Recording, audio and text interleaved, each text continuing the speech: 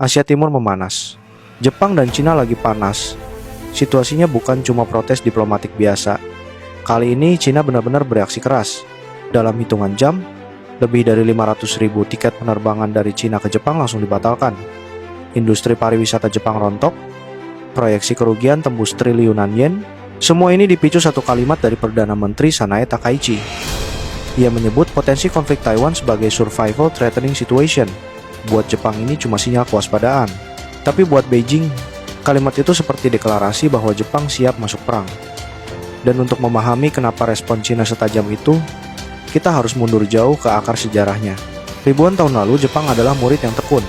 Di masa dinasti Tang, mereka mengirim utusan untuk belajar. Mereka meniru tulisan Cina, menyerap Buddhisme, menyalin sistem kota dan birokrasi. China saat itu adalah kakak besar, pusat pengetahuan dan budaya. Titik balik muncul pada 1895. Jepang yang sudah modern dan kuat justru menghantam Cina lewat Perang Sino-Jepang pertama. Cina kalah parah.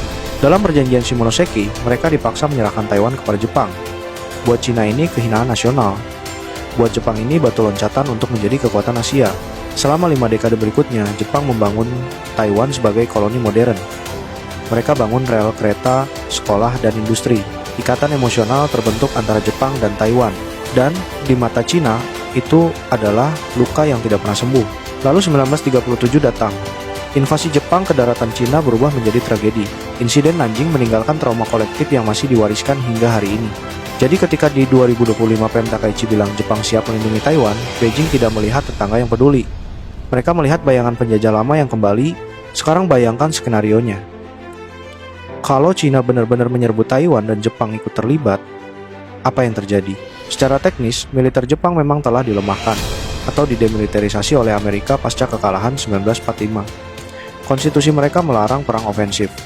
Tapi jangan tertipu, di balik status pasukan bela diri, JSDF, Jepang adalah raksasa perang yang tertidur. Angkatan laut mereka juga salah satu yang tercanggih di Asia. Kapal perusak kelas Izumo telah dimodifikasi menjadi kapal induk yang mampu membawa jet tempur F-35B.